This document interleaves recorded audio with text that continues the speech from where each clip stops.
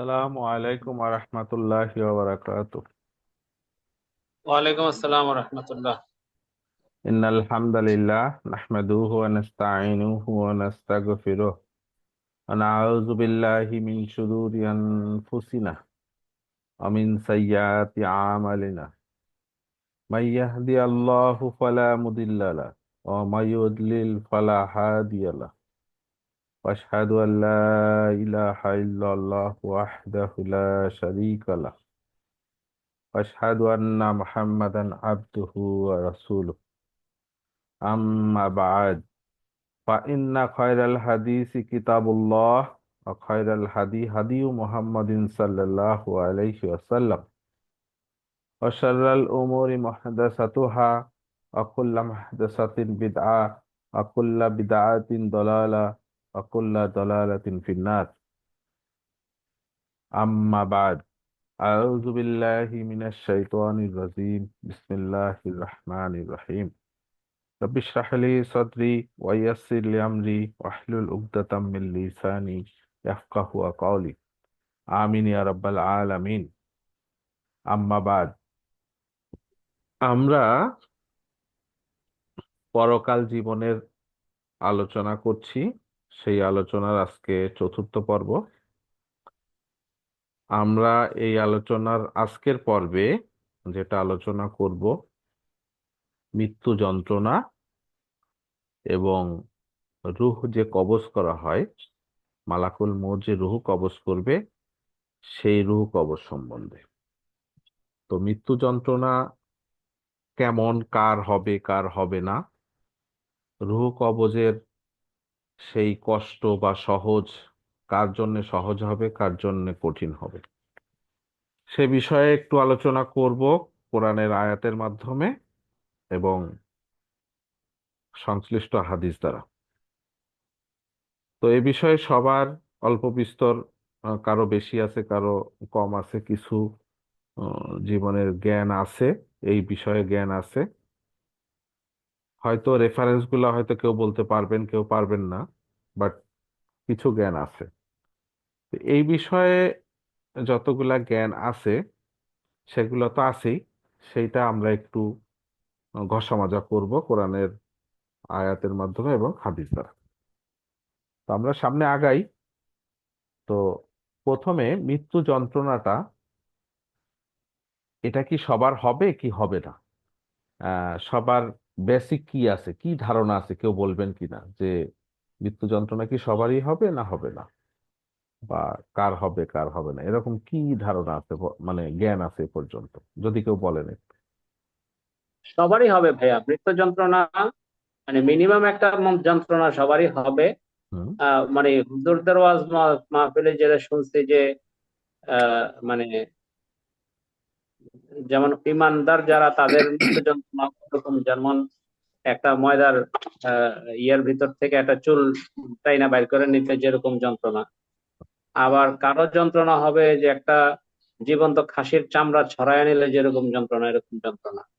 আচ্ছা। তো বাট কারো মৃত্যু যন্ত্রণা হবে না, এটা মানে এটা শুনি নাই কত, মানে হবে, অবশ্যই হবে। আচ্ছা। আর রুহ কবজটা এটা এটার সাথে লিঙ্ক একই রকম নাকি, এটা দিয়েই ওইটা একই রকম ডেফিনেশন আসবে এরকম বলছেন জি, জি, নাকি? জি। আচ্ছা। আচ্ছা, আমরা এখন যেটা দেখব যে, যেমন আমরা দুনিয়ার জীবনে কি দেখি, আহ মুসলিমরা যার যত ঈমান বেশি, তার মধ্যে দুনিয়ায় কষ্ট বেশি। আমরা তো জানি দুনিয়াটা মুমিনের জন্য একটা কারাগার। হ্যাঁ, আর পরকালটা হচ্ছে তার জান্নাত হয় আর কি, আর দুনিয়াটা হয় কারাগার। তো দুনিয়া কারাগার মানে কি, সে দুনিয়াতে বেশি কিছু পায় না, এবং দেখবেন কাফের মুশরিকরাই দুনিয়াতে বেশি পায়। তো এখন মুমিন যে দুনিয়াতে কষ্ট বেশি পায়, আমার মোহাম্মদ সাল্লাল্লাহু আলাইহি সাল্লামের জীবনেতেই দেখেন, তার জীবনে কষ্ট কত রকমের পাইছে, তাই না? তো সেইটা কেন হয়েছে? তো সেইটা হচ্ছে যে এখান থেকে সে তো আমাদের আদর্শ, সেই আদর্শটাই একটা মুমিনের জীবন হবে আর কি। তো এমনি জীবনেই দেখেন, ওটা তো মৃত্যু যন্ত্রণার কথা বলছি না আপাতত, যে তার জীবনেই দেখেন কত কষ্ট, জীবদ্দশায় পুত্র সন্তান সব মারা গেল। তাই না? তার জীবদ্দশায় আহ সব মেয়েরাও মারা গেল, একমাত্র ফাতেমা রাদিয়াল্লাহু আনহা ছাড়া সবাই মারা গেল। এবং মক্কা থেকে হিজরত করতে হয়েছে।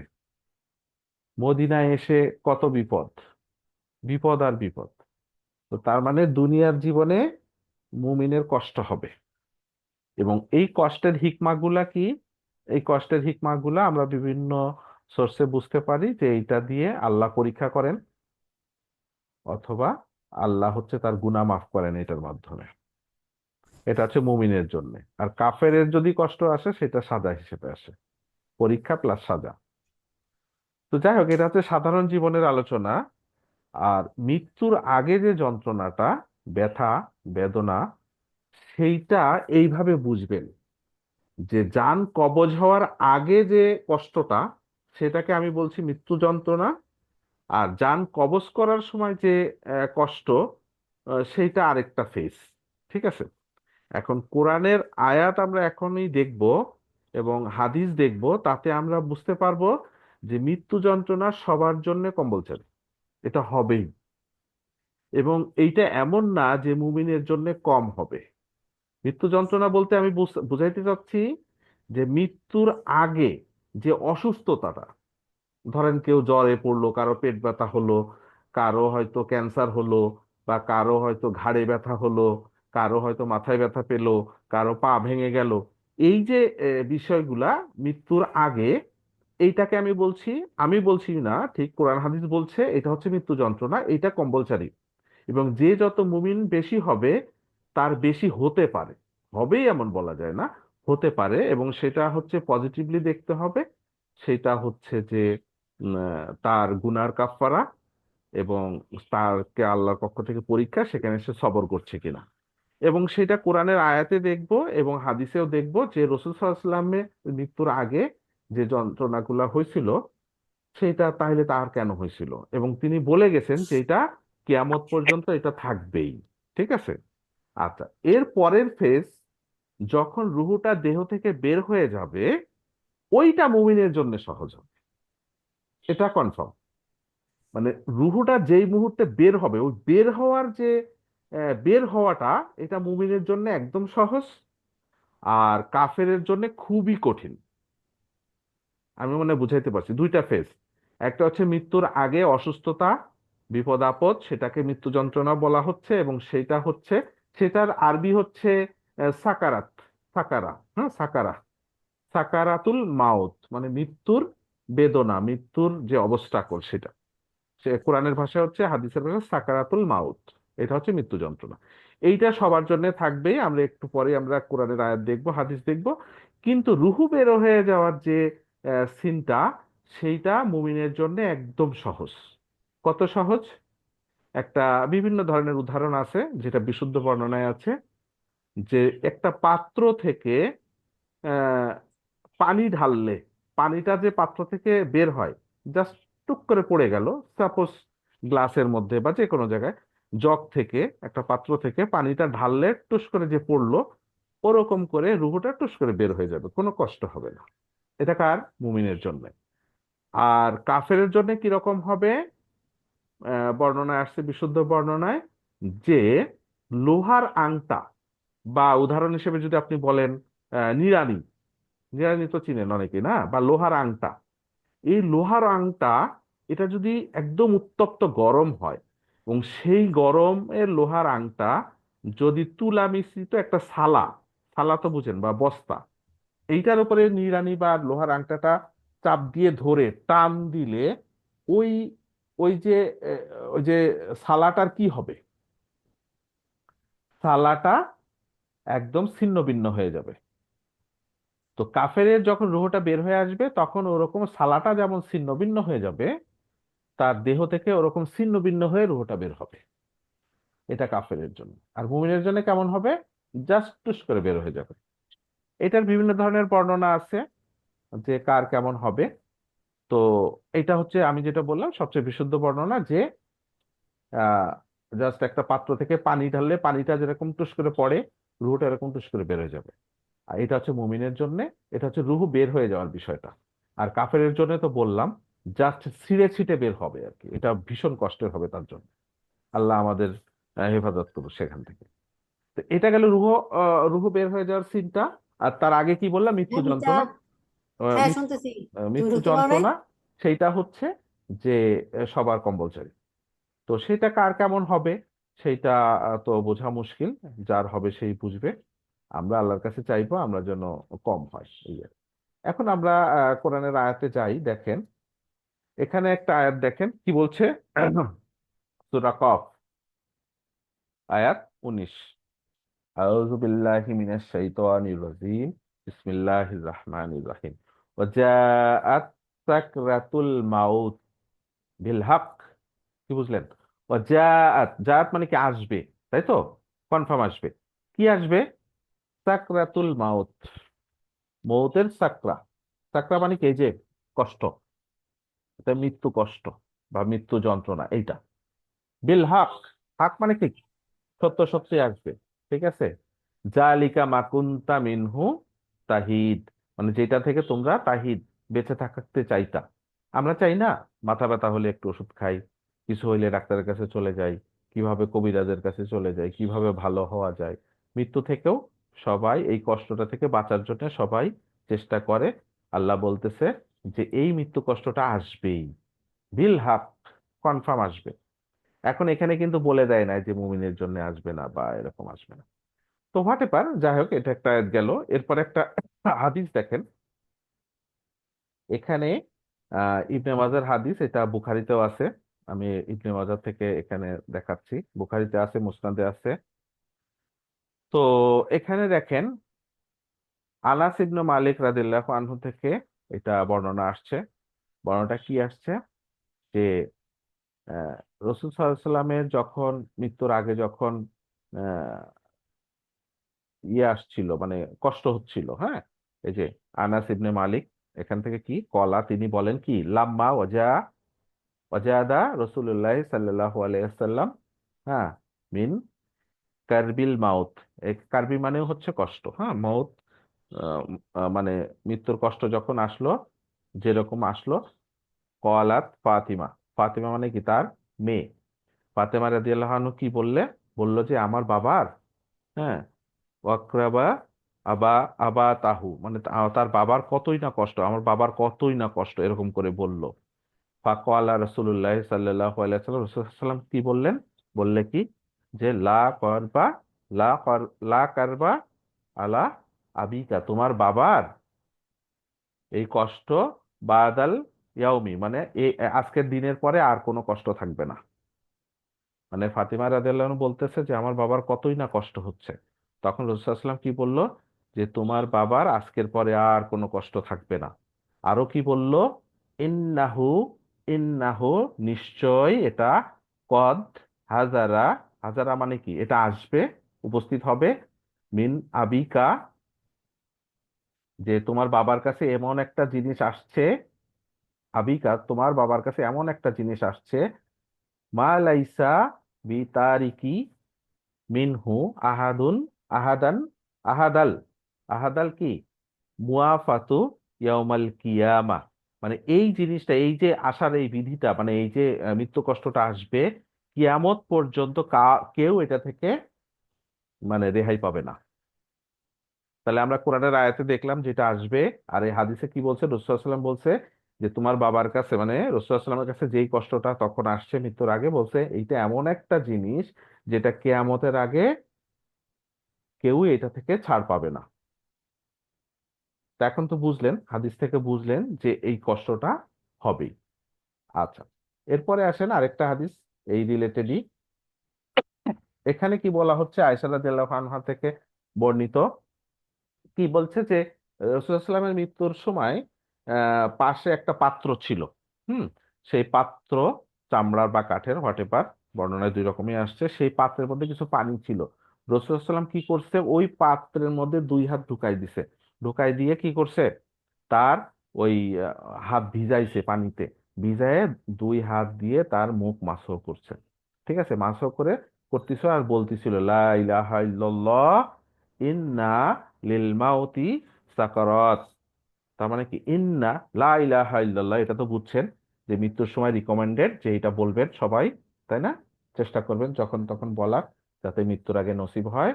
এবং রাসূলুল্লাহ সাল্লাল্লাহু আলাইহি ওয়াসাল্লাম কি বলছে, ইন্না লিল মাউতি, নিশ্চয়ই মৃত্যুর জন্য কি আছে, সাকারাত, মানে কি, কষ্ট আছে। ওই যে সাকারা, সাকারা মানে কি, মৃত্যু কষ্ট আর কি, ভোগান্তি। তার মানে কি, মৃত্যুর জন্য কষ্ট আছে। তারপরে রাসূলুল্লাহ সাল্লাল্লাহু আলাইহি ওয়াসাল্লাম সুম্মা নাসাবা ইয়াদাহু, তার হাত তুললো, ফাজাআলা ইয়াকুল, তখন বলল, দুই হাত তুলে বলল কি, কি বলল, ফিরাফিকিন আলা, ফিরাফিকি আলা মানে কি, আমি আমার বন্ধুর সাথে, উচ্চ মর্যাদার বন্ধুর সাথে মিলিত হবো। হাত্তা কুবিজা অমালাত ইয়াদাহু, তার যান কবজ করা হলো এবং তার হাতটা এলিয়ে পড়ে গেল। ঠিক আছে। তার মানে রাসূলুল্লাহ সাল্লাল্লাহু আলাইহি ওয়াসাল্লাম কি হলো, তার মৃত্যুর সময়ের বর্ণনাটা আসলো আয়েশা রাদিয়াল্লাহু, তার স্ত্রীর মাধ্যমে, যে তিনি কি বলেছিল, লা ইলাহা ইল্লাল্লাহ, এবং বলল যে কি, মৃত্যুর কষ্ট, মৃত্যুর মৃত্যুর নিশ্চয় মৃত্যুর অনেক কষ্ট। আচ্ছা, তাহলে রাসূলুল্লাহ সাল্লাল্লাহু আলাইহি ওয়াসাল্লামের মৃত্যুর অবস্থাটা দেখলেন। আরেকটা হাদিস দেখেন, একই রকম, এটা বলেই হয়তো এটা যন্ত্রণা বিষয়ে হয়তো আর বলা লাগবে না, যে আয়েশা রাদিয়াল্লাহু আনহা কি বলতেছে, বলতেছে যে কলাত, তিনি বললেন, কি বললেন, মাতান নাবিয়ু, মাতান নাবিয়ু, রাসূল সাল্লাল্লাহু আলাইহি ওয়াসাল্লামের মৃত্যু হলো, সাল্লাল্লাহু আলাইহি সাল্লাম, হ্যাঁ, মৃত্যু হলো, যখন মৃত্যু হলো কি, ওয়া ইন্নাহু লাবাইনা হাকি নাতি ওয়া জাকি নাতি, মানে বলতেছে যে যখন রাসূল সাল্লাল্লাহু আলাইহি ওয়াসাল্লামের মৃত্যু হলো, তখন রাসূল সাল্লাল্লাহু আলাইহি ওয়াসাল্লামের কোথায় ছিল, তিনি ছিলেন তার থুতনি এবং বুকের মাঝখানে, এরকম করে মানে হেলান দেয়া ছিল। ঠিক আছে। ফালা, অতপর, লা আকারাহু সিদ্দাতাল মাউতি, হ্যাঁ, বলতেছে কি, যে আমি মনে করি না, মৃত্যুর কষ্টকে কখনই মনে করি না, লি আহাদিন আবাদা বাদা নাবী সাল্লাল্লাহু আলাইহি ওয়াসাল্লাম, রাসূল সাল্লাল্লাহু আলাইহি ওয়াসাল্লামের পরে কারো মৃত্যুকেই আর আমি কঠিন মনে করি না। বুঝছেন কিনা কথা, যে আমরা আছি না, যে আমি কারো মৃত্যু দেখলাম, তার মৃত্যুটা অনেক কষ্ট করে হয়েছে, হয়ে তখন আমরা অনেকে কিন্তু ভুল ধারণা করি যে বোধহয় তার সে হয়তো ভালো বান্দা না বা ভালো মুমিন না, এই কারণে তার মৃত্যুর কষ্ট হয়েছে, না, এটা ভাবা ঠিক না। কি বলতেছে আয়েশা রাদিয়াল্লাহু আনহা, বলতেছে যে রাসূল সাল্লাল্লাহু আলাইহি ওয়াসাল্লামের মৃত্যুর পরে তার কষ্ট দেখে বলতেছে, আমি আর কারোর মৃত্যু কষ্টকে খারাপ মনে করতাম না। কিন্তু আমরা কিন্তু করি, মনের ভুলে হলেও করি। এটা ঠিক হবে না। কেন ঠিক হবে না? কারণ মৃত্যু যন্ত্রণা তো কনফার্ম, সেটা তো এমন হতে পারে তার জন্য নিয়ামত, যে এটা সে দুনিয়াতে তার গুনার কাফফারা হয়ে গেল, তার গুনাহ সব মাফ হয়ে গেল, এখন সে মরার পরই জান্নাতে যাবে, এটা হতে পারে, তাই না? আর এটা তো বলাই আছে যে মৃত্যু যন্ত্রণা হবেই, মৃত্যু যন্ত্রণা হবেই, ঠিক আছে, কিন্তু রুহু বের হয়ে যাওয়াটা ওইটা ডিফারেন্ট জিনিস। তাহলে আমরা কি বুঝলাম, যে আমাদের আশেপাশে অনেক সময় দেখি একজনের মৃত্যু হয়েছে, মৃত্যুর সময় অনেক ভুগতেছে, বেডে পড়ে আছে, অনেক দিন বেডে আছে বা কষ্ট পাচ্ছে, বা হার্ট অ্যাটাক হয়ে বুকে ব্যথা পাইছে, একটু ভুগতেছে, বা কথা বন্ধ হয়ে গেছে। হ্যাঁ, এরকম দেখে অনেকের কিন্তু একটু মিসকনসেপশন আছে আমাদের সমাজে, যে কি, এটা তো ভালো না, কষ্ট বেশি পাচ্ছে। হ্যাঁ, কিন্তু না, এভাবে ভাবার কোনোই কারণ নাই, এইটা স্বাভাবিক। রাসূল সাল্লাল্লাহু আলাইহি ওয়াসাল্লামের নিজেরই তার কষ্ট হয়েছিল, এবং আয়েশা রাদিয়াল্লাহু আনহা বলতেছে, এরপর থেকে আমি আর কারো মৃত্যু যন্ত্রণাকে খারাপ মনে করতাম না। তো আমাদের এই ভুলটা ভাঙা উচিত। তো এ পর্যন্ত বলেন, কারো কোনো বক্তব্য আছে কিনা?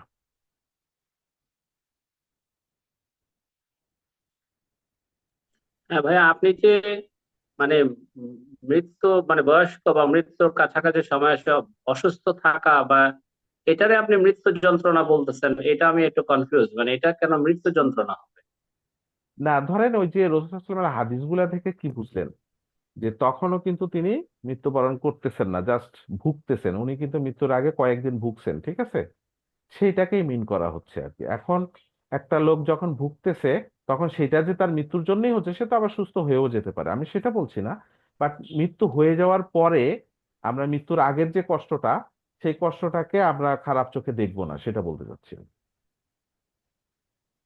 এবং এটা হতেই পারে, এটা স্বাভাবিক বিষয়, এটা খারাপ কিছু না।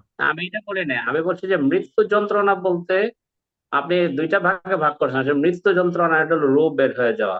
হুম। আপনি বলছেন যে রূপ বের হয়ে যাওয়াটা মুমিনের জন্য খুব কষ্টের হবে না, কিন্তু কাফিরের জন্য অনেক কষ্টের হবে। কিন্তু মৃত্যু যন্ত্রণাটা এর আগের আগের অবস্থা। তো আগের অবস্থা কি বল? এখন কেউ একজন হয়তো ক্যান্সারে মারা গেল, হুম অনেকদিন ভুগলো। হুম তো এই ক্যান্সারে মানে মৃত্যু বরণ করার আগে দীর্ঘদিন ক্যান্সারে ভোগা, এটা কি এর মৃত্যু যন্ত্রণার অংশ কিনা? বলতেছে যে যে জি জি ওটা বলতেছে, ওটার সাথে লিঙ্ক হয়ে যখন মৃত্যুটা হবে ওইটা মৃত্যু যন্ত্রণা মিন করতেছে আর কি।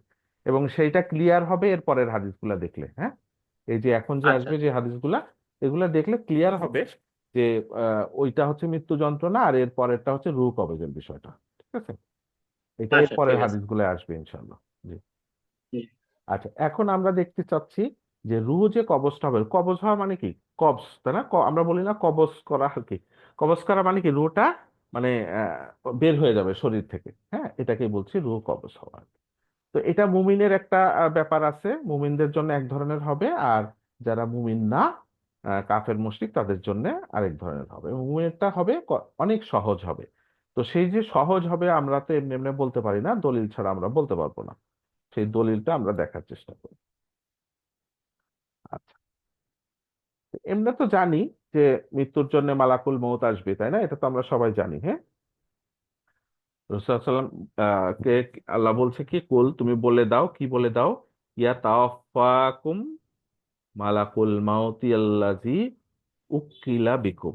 মানে মালাকুল মউত আহ, যান কবজ করবে যে, যাকে নিয়োজিত করা হয়েছে, উক্কিলা বিকুম, যাকে তোমাদের জন্য নিয়োজিত করা হয়েছে, সুম্মা ইলা রব্বিকুম তুরজাউন, তারপরে আহ তোমাদের রবের দিকেই ফিরে যেতে হবে।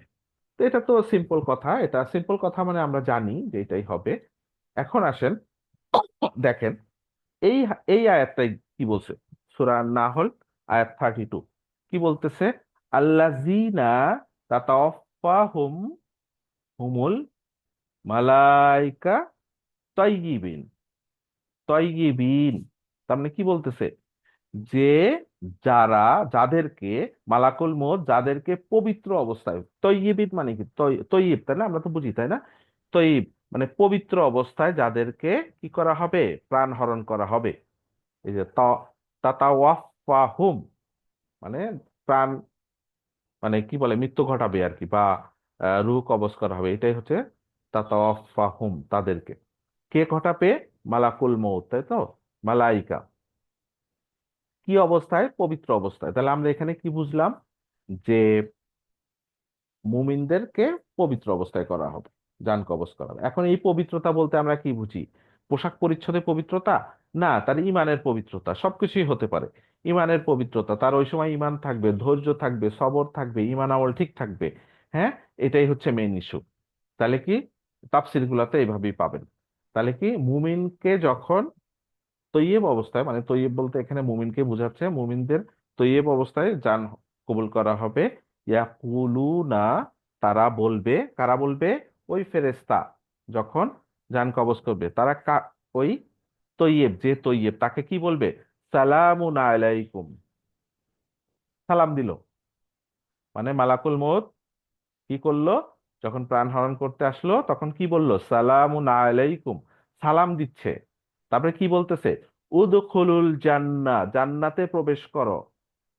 বিমা কুনতুম তা'মালুন, তোমরা যে কাজ করতে তার বদলা হিসেবে, মানে যেসব আমল করতা, যেসব কর্মকাণ্ড করতা, ভালো কর্মকাণ্ড অবশ্যই, তার বিনিময়ে কি? উদখুলুল জান্নাহ, জান্নাতে প্রবেশ করো। আর তার আগে কি সালাম দিচ্ছে? কে সালাম দিচ্ছে? ফেরেশতা সালাম দিচ্ছে। তাহলে আমরা কি বুঝলাম? যে মুমিনদের কি হচ্ছে, যখন মৃত্যু ঘটাবে তখন তাদেরকে সালাম দিবে। কে? মালাকুল মউত এসে সালাম দিবে এবং বলবে জান্নাতে প্রবেশ করো, এবং তোমাদের আমলের বিনিময়ে জান্নাতে প্রবেশ করো। আচ্ছা, এইটা একটা বুঝলাম। আর এরপরে হ্যাঁ আর বল। এই তাতাওয়াফাহুম, এইটা হ্যাঁ, অর্থ কি? এটা হচ্ছে ধরেন মানে আহ, কি বলবে এটাকে, আহ, অফা অফা আর কি। হ্যাঁ, অফা, ও ওয়া ফাইয়া, অফাইয়া, ঠিক আছে? অফাইয়া বলে না, অফাদ। অফাদ কি বলে? আমরা বলি না মৃত্যু হলে কি অফাদ হইছে? হুম হুম হুম। হ্যাঁ হ্যাঁ, সেই অফা আর কি। হ্যাঁ, অফাত হইছে মানে অফা, ইয়া, তারপরে লাস্টে গোলতা, অফা। তো ওই অফা এখন অফা সেটাই হচ্ছে ফ্যামিলি ফাইভে গেলে কি হবে, তাওয়াফা। ঠিক আছে, তারপরে ওটার মুদারি কি হবে, ইয়া তাওয়াফা, তাই না? ইয়াতাওয়াফা। সেটা থেকে তাতাওয়াফা, কেন তাতাওয়াফা হলো, হিয়া ফর্মে মালাইকা। বুঝছেন কথা? আপনি একটু গ্রামার বুঝতে আচ্ছা আচ্ছা। চাইছেন। হ্যাঁ, তো এই যে হ্যাঁ অফাদ হ্যাঁ। অফাদ অফাদ গমন করছে, তাই না? এরকম করে বলে না, অফাদ মানে কি, তার মৃত্যু হয়েছে, তার বিদায় হয়ে মৃত্যু। গেছে। হ্যাঁ, তার মৃত্যু ঘটানো আচ্ছা। হয়েছে, মৃত্যু ঘটানো হয়েছে। এটা স্যার ওই যে ফ্যামিলি ফাইভ না, ওই যে ইটা family five, family three plus তা। ফ্যামিলি থ্রি, ওই যে হ্যাঁ ফ্যামিলি থ্রি প্লাস। আচ্ছা। হ্যাঁ, তার মানে কি, এটা যখন ঘটানো হবে তৈয়ব অবস্থায়, তাই না? ওখানেও কিন্তু তৈয়ব দেখেন, ইয়ার উপরে সাদ্দা আছে, একদম পবিত্র অবস্থায়। ঠিক আছে। এটাও আচ্ছা, ফ্যামিলি থ্রি। হ্যাঁ, এটা ফ্যামিলি থ্রি। আচ্ছা, বুঝছি তো নাকি, মোটামুটি একটা ধারণা পাওয়া গেল। আচ্ছা, এরপরে দেখেন এই আয়াতটাও তাফসিরে আসছে। এই আয়াতটা বোধহয় একদিন আমরা আলোচনা করছিলাম। বিসমিল্লাহির রহমানির রহিম। ইন্নাল্লাযীনা ক্বালু রাব্বুনাল্লাহ সুম্মা ইসতাকামু তাতানাজ্জালু আলাইহিমুল মালাইকা। এই যে তাদের উপর কি মালাইকা নাজিল হয়। ঠিক আছে। আল্লাহ তাখাফু ওয়ালা তাহজানু ওয়া আবশিরু বিল জান্নাহ। এই যে আবশিরু বিল, জান্নাতের সুসংবাদ গ্রহণ করো। হ্যাঁ, আল্লাতি কুনতুম তুআদুন, যার আশা তোমরা করতা। ঠিক আছে, নাহনু আউলিয়াউকুম, আরো অনেক কথা আছে এখানে। তার মানে কি, যারা তার বলবে যে আল্লাহ আমাদের রব, এবং সেটাতে সে কি দৃঢ় থাকবে, সেই অনুযায়ী চলবে, তাদের উপর ফেরেশতা নাজিল হবে। এই ফেরেশতা নাজিল হওয়াটা দুনিয়াতে হতে পারে, পরকালে হতে পারে, এবং হতে পারে কি মৃত্যুর সময়। তাফসিরে আসছে, অনেক বেশি আসছে যে মৃত্যুর সময় মালাকুল মউত নাজিল হবে তাদের জন্য, তখন তাদেরকে বলবে যে জান্নাতের সুসংবাদ নাও। তো যাই হোক, এটা রূহ কবজের বিষয় না, এটা বোঝা যাচ্ছে যে তাদেরকে সুসংবাদ দেয়া হয়। আচ্ছা, এখানেও দেখেন সুসংবাদের বিষয় আছে। সূরা ফাজরে আছে, ইয়া আইয়াতুহান নাফসুল মুতমাইন্না ইরজি ইলা রাব্বিকি রাদিয়াতাম মারদিয়া ফাদখুলি ফি ইবাদি ওয়াদখুলি জান্নাতি। তার মানে কি, যেই আত্মা প্রশান্ত, তো প্রশান্ত আত্মা কোনটা, যেইটা দুনিয়ার মোহে থাকে না, যেটা পরকালের মোহে থাকে, পরকালের জন্য প্রশান্ত। ঠিক আছে, সেইটাকে এই এই সূরার আগের আয়াতগুলায় দেখলে বুঝতে পারবেন যে যারা এতিমের দেখাশোনা, বা এতিমদের ভর্ৎসনা করে না, দেখাশোনা করে, যারা মিসকিনকে খাওয়ায়, যারা পরকালে বিশ্বাস করে, তাদেরকে তাদের জন্য বলা হয়েছে যে এরা হচ্ছে নাফসুল মুতমাইন্না। ঠিক আছে, এবং আরো বলা হয়েছে ওখানে জাহান্নামের অনেক কথা বলা হয়েছে, এবং ওইটা থেকে যে ভয় পাবে, হ্যাঁ, ভয় পেয়ে ওই কাজগুলা যে করবে, ভালো ভালো কাজ করবে, তাদেরকে বলা হচ্ছে নাফসুল মুতমাইন্না। তাদেরকে বলা হচ্ছে ইরজি ইলা রব্বিকি রাদিয়াতাম মারদিয়া। তার মানে আল্লাহ রবের সন্তুষ্টি। হ্যাঁ, রদিয়া মারদিয়া, দুইটাই হচ্ছে সন্তুষ্টির কথা বলা হচ্ছে। রবের সন্তুষ্টির দিকে ফিরে যাওয়ার কথা বলা হচ্ছে। কি সন্তুষ্টি, ওই যে ওইগুলা করলে। ফাদখুলি ফি ইবাদি, এবং আল্লাহর যে বান্দা, দাসত্ব, দাসত্বের মধ্যে ফাদখুলি ওয়াদখুলি জান্না, এবং জান্নাতে দাখিল হওয়ার কথা বলল। কাদেরকে, যারা ওই ভালো কাজ করবে। আচ্ছা, এখানেও এর পরের আয়াতটা দেখেন, যে হাদিসটা দেখেন, সুনানা তিরমিজি, এখানে বলতেছে কি, যে উম কয়লা রসুল্লাহ সাল্লাল্লাহু আলাইহি সাল্লাম কি বলছে, আর নবী সাল্লাল্লাহু আলাইহি সাল্লাম কি বলছে, আল মুমিনু ইয়ামুতু বি আরাকিল জাবিন।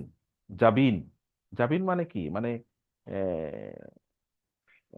কপাল আর কি, তাই না? কপাল না জাবিন। আর আরিক মানে কি, ঘাম। ঠিক আছে, তো আরাক, আরাক মানে হচ্ছে ঘাম। তাহলে কপালের ঘাম। ঠিক আছে, কপালের ঘাম দ্বারা মৃত্যু হবে তার, কার, আল মুমিনু। তাহলে মুমিনের কি হতে পারে, কপালে ঘাম আসতে পারে। ঠিক আছে। সো এটা একটা কিন্তু ভালো বিষয় যে মৃত্যুর সময় দেখবেন যে কপালে একটু ঘাম আসছে, হ্যাঁ, ঘাম ঘাম আসছে, অল্প আসতে পারে, একটু বেশিও আসতে পারে।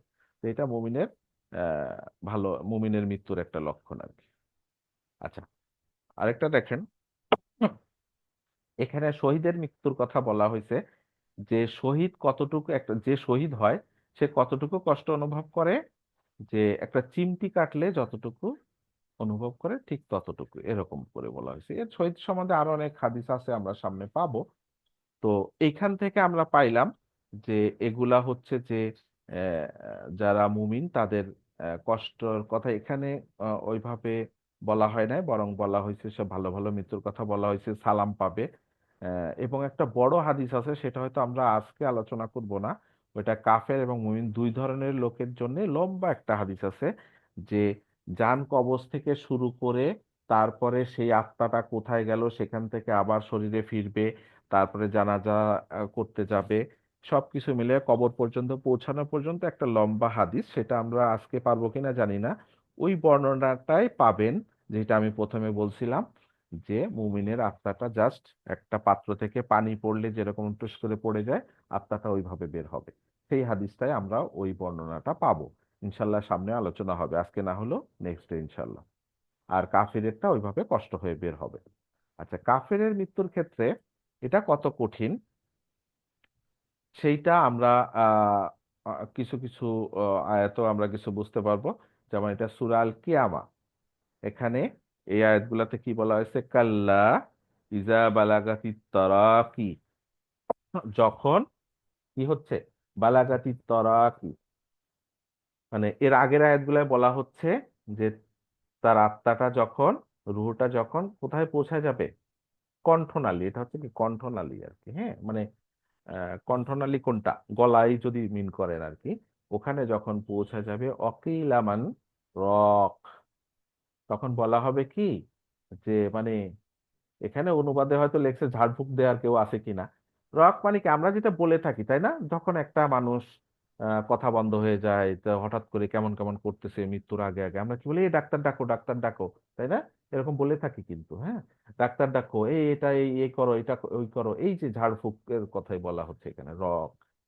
তার মানে কি, তখন বলা হবে কি, যখন তার বালাগাতি তরাক, যখন তার আত্মাটা কোথায় চলে যাবে, কণ্ঠনালীতে চলে যাবে, তখন অকিলা বলা হবে, রক, কেউ কি আছে, রক মানে তাকে সুস্থ করার জন্য, ঝাড়ফুঁক করার জন্য ডাক্তার, এগুলা আর কি।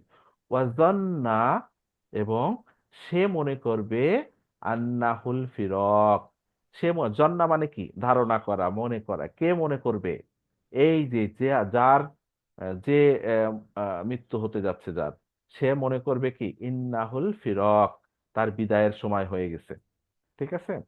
আচ্ছা, তারপরে আরো কি হবে, ওয়াল তাফাতিস সাকু বিসাক, এবং কি তার পায়ের গোড়ালি, তাই না, পায়ের গোড়ালি একটার সাথে আরেকটা জড়িয়ে যাবে, হ্যাঁ, এটা হচ্ছে কি আহ ইলতাফাত, হ্যাঁ, এই ইলতাফা এটা মানে হচ্ছে জড়িয়ে যাওয়া আর কি, ঠিক আছে।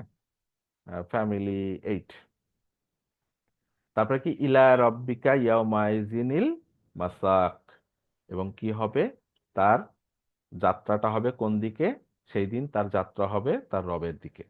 এখন এইটা যে কাফেরদের জন্য বলা হচ্ছে এই আয়াতগুলা, এর আগের আয়াতগুলা বিশ্লেষণ করলে এবং পরের আয়াতগুলা বিশ্লেষণ করলে দেখা যাচ্ছে যে এই যে পায়ে পায়ে জড়িয়ে যাওয়া, এই যে সে মনে করবে তার বিদায়ের সময় হয়ে গেছে, হ্যাঁ, এইটা ওই ওই কাফেরদের বর্ণনা করতে ওর মাঝখানে এইটা আসছে আর কি, হ্যাঁ। তো এইটা সবার জন্য ফিট হবে কি না, এটা ওইভাবে বলা মুশকিল, বাট এটা কাফেরদের বর্ণনা, তাদের মৃত্যু, তাদের আমল বর্ণনা করতে করতে এই মাঝখানে এই বর্ণনাটা আসছে, পুরা কিয়ামার এই সাইডটাতে, মাঝখানে না, শেষের দিকে আর কি। আচ্ছা, এরপরে দেখেন এই আয়াতটা কি বলা হচ্ছে, যে আল্লাযিনা, ওই যে ওই শব্দটা আবার আসছে, দেখেন আরিফ ভাই, আল্লাযিনা তাতাওয়াফাহুমুল মালাইকা জালিমি, মানে কি, জালিমি আনফুসিহিম, তাদের নিজেদের ওপর জুলুম করা অবস্থায়, নিজেদের ওপর জুলুম করা অবস্থায় কি, ফেরেশতারা তাদের কি, তাদের মৃত্যু ঘটাবে। যাদের মৃত্যু ঘটাবে তাদের কি হবে, তারা দেখেন বলছে কি, ফাআল কাউ ফাআল কাউস সালামা, মানে এটা সালাম না কিন্তু সালামা, মানে বলতেছে কি, তাদের তারা কি আত্মসমর্পণ করবে। হ্যাঁ, এটা কি ফালকাউ সালামা, মানে আহ, মানে সাবমিট করবে নিজেকে আর কি। হ্যাঁ, ফালকাউ তারা সাবমিট করবে, ঠিক আছে। মা কুন্না না আমালু মিনসু, ঠিক আছে। এবং তারা কি বলবে, মা কুন্না আমরা করতাম না, কি করতাম না, না আমালু কোনো আমল করতাম না, মিনসু হ্যাঁ কোনো খারাপ আমল করতাম না, এরকম বলা হচ্ছে। সু মানে কি, এটা সু মানে খারাপ, ঠিক আছে। তার মানে কি কোনো খারাপ আমল আমরা করতাম না। কারা বলবে? যাদেরকে জুলুম করা অবস্থায়, জুলুম করা অবস্থায় মানে মিথ্যা বলা অবস্থায়, জুলুম করা মানে ঘুষ খাওয়া অবস্থায়, সুদ খাওয়া অবস্থায়, বা কারো সম্পত্তি তার সম্পত্তি মেরে দিছে, তার কাছেই রইছে, ওই যে জুলুম করা অবস্থায়, তাই না?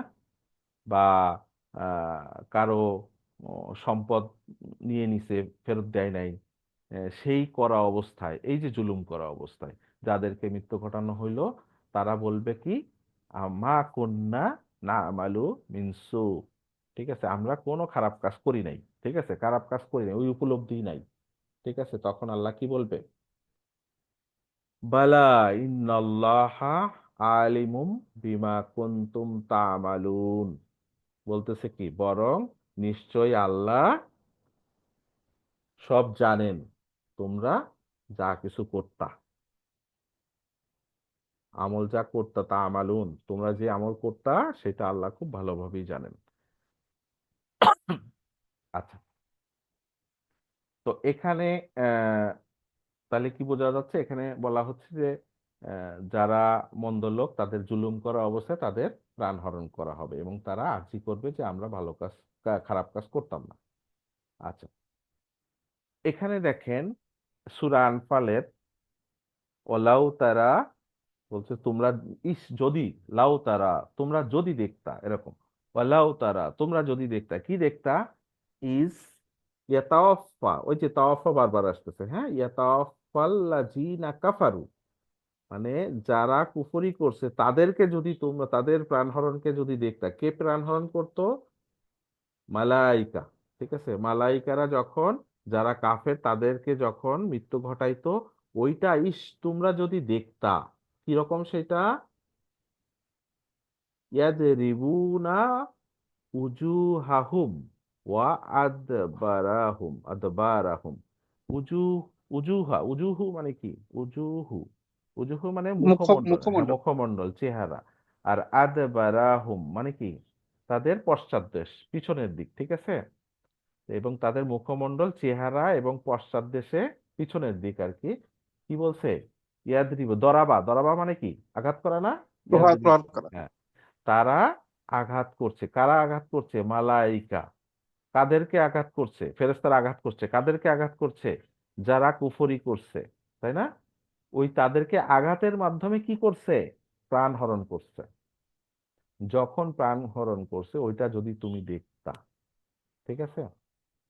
রাসূলুল্লাহ সাল্লাল্লাহু আলাইহি ওয়াসাল্লামকে আল্লাহ বলতেছে, এটা হচ্ছে ওই বদরের যুদ্ধে কাহিনী বলতে গিয়ে আল্লাহ বলছে যে যারা কাফের মুশরিক ছিল অপোজিশনে, তাদেরকে যখন তাদের প্রাণ হরণ করা হচ্ছিল, তাদেরকে মুখে আঘাত করে এবং পশ্চাৎ দেশে আঘাত করে মৃত্যু ঘটানো হয়েছে। আযুকু আযাবাল হারিক।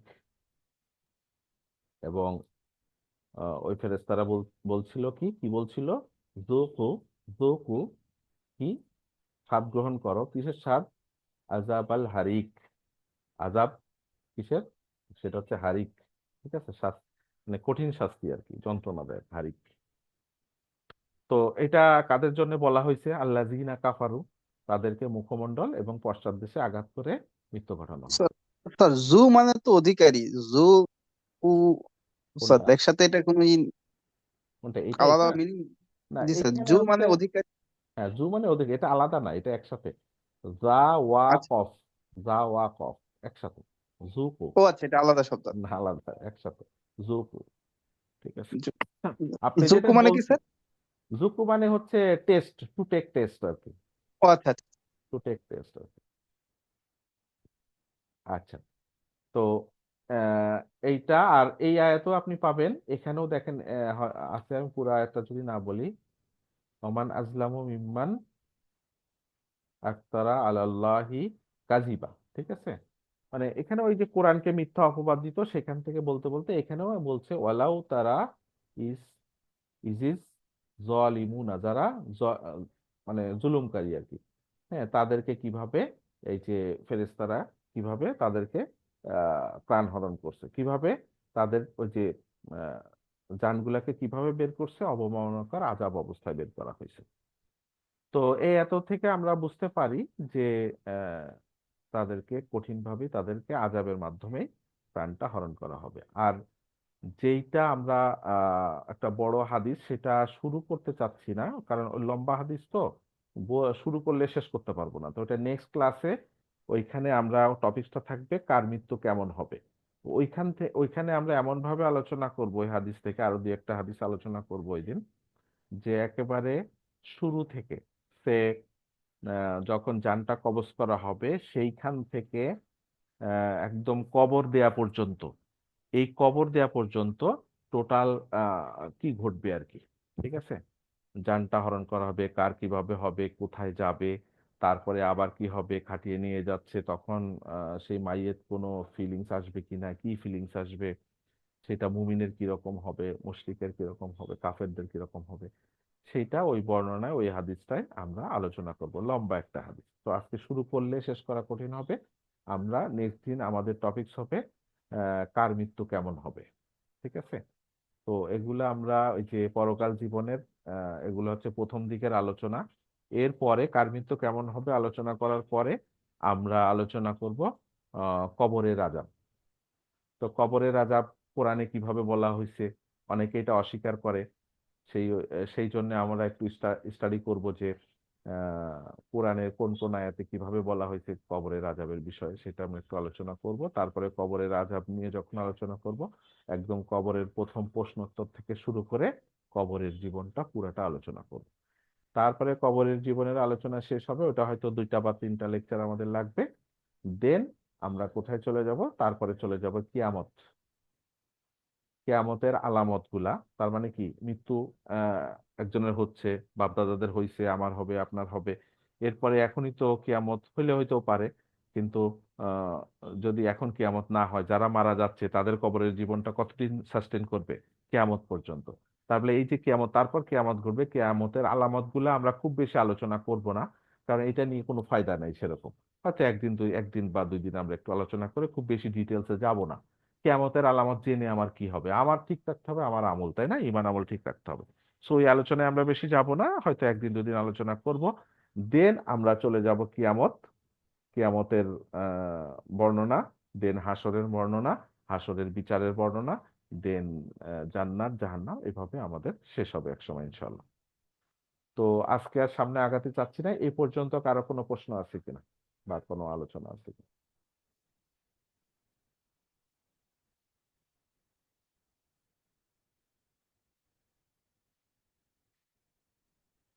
আছে কি কারো কোনো আলোচনা? নাই? না ভাইয়া, আজকে জানার মতো তেমন কিছু নাই।